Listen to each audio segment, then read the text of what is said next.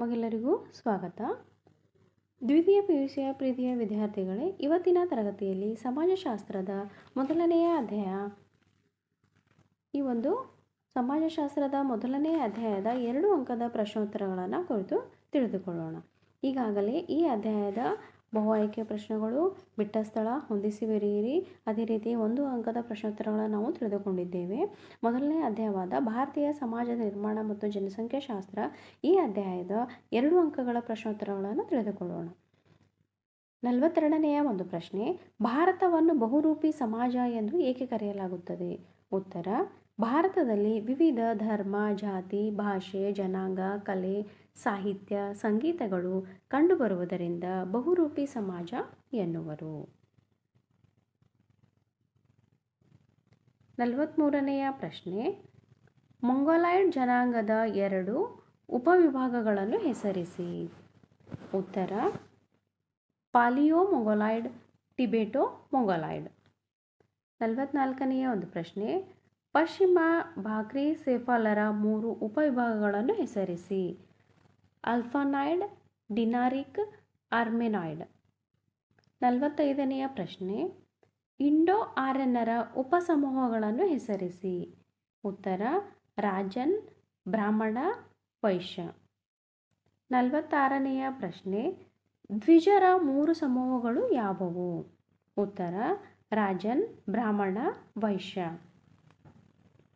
ಅದೇ ರೀತಿಯಾಗಿ 47ನೆಯ ಪ್ರಶ್ನೆ, ಪ್ರಾಚೀನ ಭಾರತದಲ್ಲಿದ್ದ ವರ್ಣಗಳನ್ನು ಹೆಸರಿಸಿ. ಉತ್ತರ: ಪ್ರಾಚೀನ ಭಾರತದಲ್ಲಿದ್ದ ವರ್ಣಗಳು ಬ್ರಾಹ್ಮಣ, ಕ್ಷತ್ರಿಯ, ವೈಶ್ಯ, ಶೂದ್ರ. 48ನೆಯ ಪ್ರಶ್ನೆ, ಆರ್ಯನೀಕರಣದ ಪ್ರಕ್ರಿಯೆಗಿದ್ದ 2 ತೊಡಕುಗಳನ್ನು ಹೆಸರಿಸಿ. ಆರ್ಯನೀಕರಣದ ಪ್ರಕ್ರಿಯೆಗಿದ್ದ 2 ತೊಡಕುಗಳು: 1. ವಿಲೀನಕ್ಕೆ ಬುಡಕಟ್ಟುಗಳ ವಿರೋಧ, 2ನೇದು ವಿಲೀನಕ್ಕೆ ಪ್ರಬಲ ಸಮೂಹಗಳ ವಿರೋಧ. 49ನೆಯ ಪ್ರಶ್ನೆ, ಆರ್ಯನೀಕರಣ ಪ್ರಕ್ರಿಯೆಯಲ್ಲಿ ಸ್ವಾಂಗೀಕರಣಕ್ಕೆ ವಿರೋಧಿಸಿದ ಯಾವುದಾದರೂ 2 ಸಮೂಹಗಳನ್ನು ಹೆಸರಿಸಿರಿ. ಆರ್ಯನೀಕರಣ ಪ್ರಕ್ರಿಯೆಯಲ್ಲಿ ಸ್ವಾಂಗೀಕರಣಕ್ಕೆ ವಿರೋಧಿಸಿದ 2 ಸಮೂಹಗಳು ಆಂಧ್ರದ ರೆಡ್ಡಿಗಳು, ಕೇರಳದ ನಾಯರ್ಗಳು, ತಮಿಳುನಾಡಿನ ಯರವಾಗಳು, ಮಹಾರಾಷ್ಟ್ರದ ಮರಾಠರು.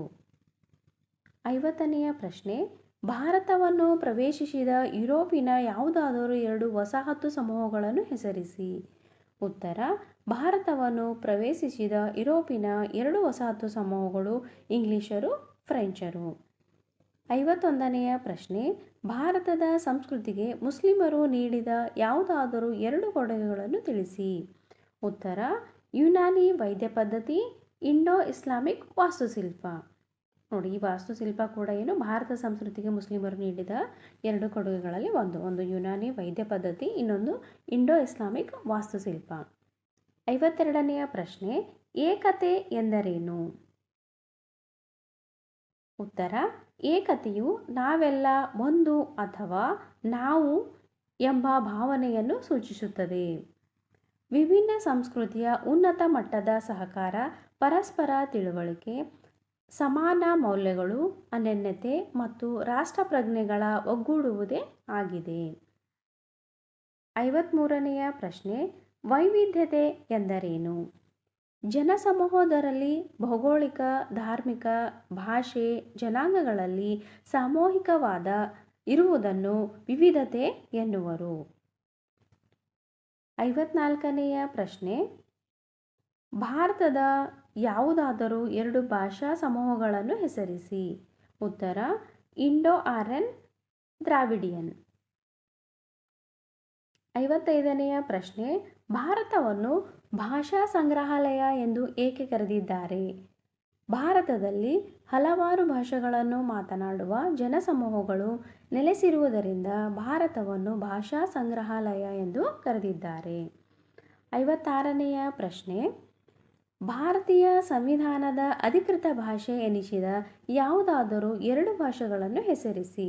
ಉತ್ತರ: ಭಾರತೀಯ ಸಂವಿಧಾನದ ಅಧಿಕೃತ ಭಾಷೆ ಎನಿಸಿದ 2 ಭಾಷೆಗಳು ಕನ್ನಡ, ಹಿಂದಿ.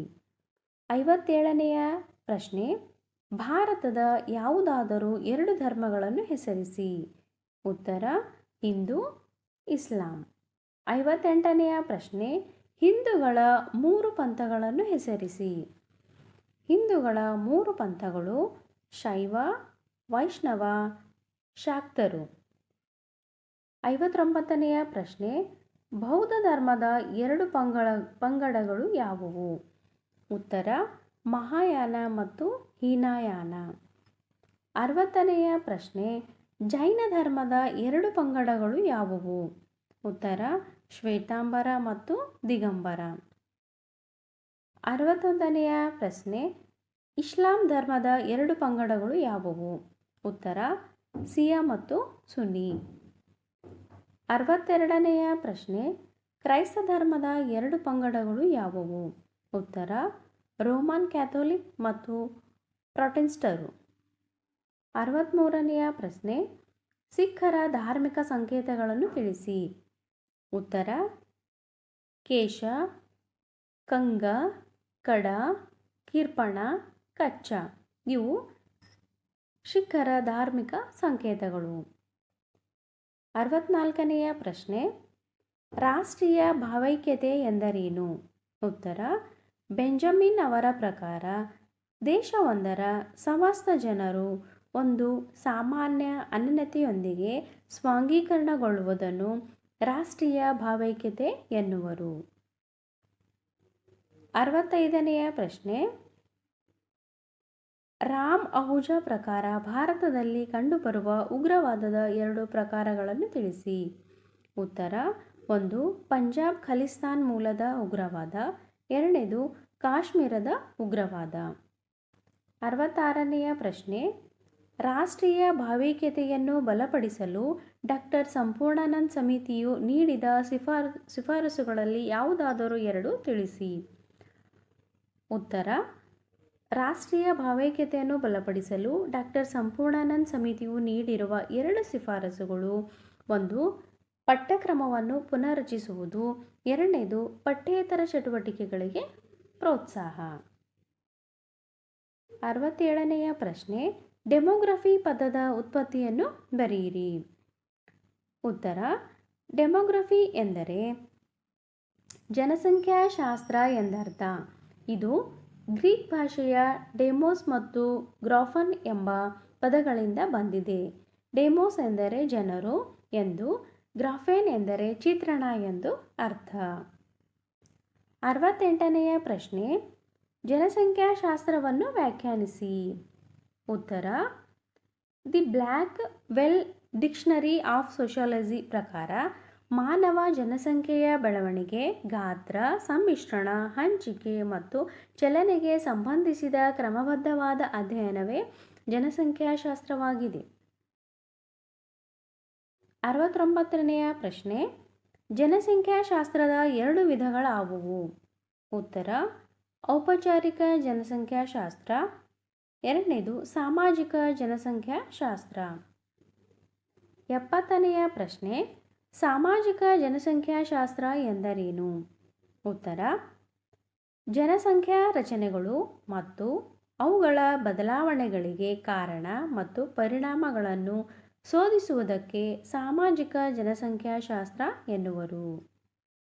71ನೆಯ ಪ್ರಶ್ನೆ, ಜನಗಣತಿ ಎಂದರೇನು? ನಿರ್ದಿಷ್ಟ ಕ್ಷೇತ್ರದಲ್ಲಿ ವಾಸಿಸುವ ಜನರಿಗೆ ಸಂಬಂಧಿಸಿದ ಮಾಹಿತಿಯನ್ನು ವ್ಯವಸ್ಥಿತವಾಗಿ ಸಂಗ್ರಹಿಸುವುದೇ ಜನಗಣತಿ. 72ನೆಯ ಪ್ರಶ್ನೆ, ಜನಸಂಖ್ಯಾ ಲಾಭಾಂಶ ಎಂದರೇನು? ಒಟ್ಟು ಜನಸಂಖ್ಯೆಯಲ್ಲಿ ಯುವಕರ ಸಂಖ್ಯೆ ಹೆಚ್ಚಾಗಿರುವುದರಿಂದ ದೊರೆಯಬಹುದಾದ ಅನುಕೂಲವೇ ಜನಸಂಖ್ಯಾ ಲಾಭಾಂಶ.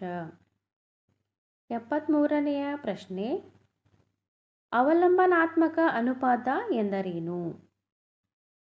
ಉತ್ತರ 0 ರಿಂದ 14 ವಯಸ್ಸಿನ ಒಟ್ಟು ಜನಸಂಖ್ಯೆ ಹಾಗೂ 65 ವರ್ಷ ಮೇಲ್ಪಟ್ಟ ಒಟ್ಟು ಜನಸಂಖ್ಯೆ ಮತ್ತು 15 ರಿಂದ 65 ವಯೋಮಾನದ ಒಟ್ಟು ಜನಸಂಖ್ಯೆಯ ಅನುಪಾತವನ್ನು ಅವಲಂಬನಾತ್ಮಕ ಅನುಪಾತ ಎನ್ನುವರು.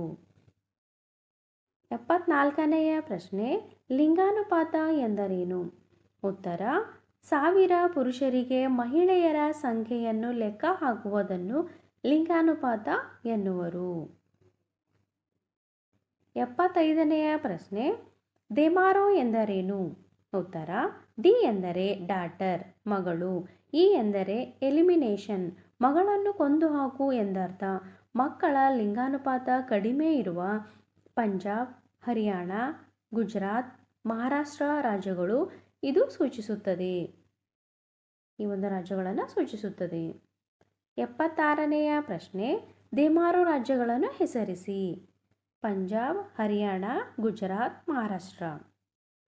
77ನೆಯ ಪ್ರಶ್ನೆ ಬಿಮಾರೋ ರಾಜ್ಯಗಳನ್ನು ಹೆಸರಿಸಿ.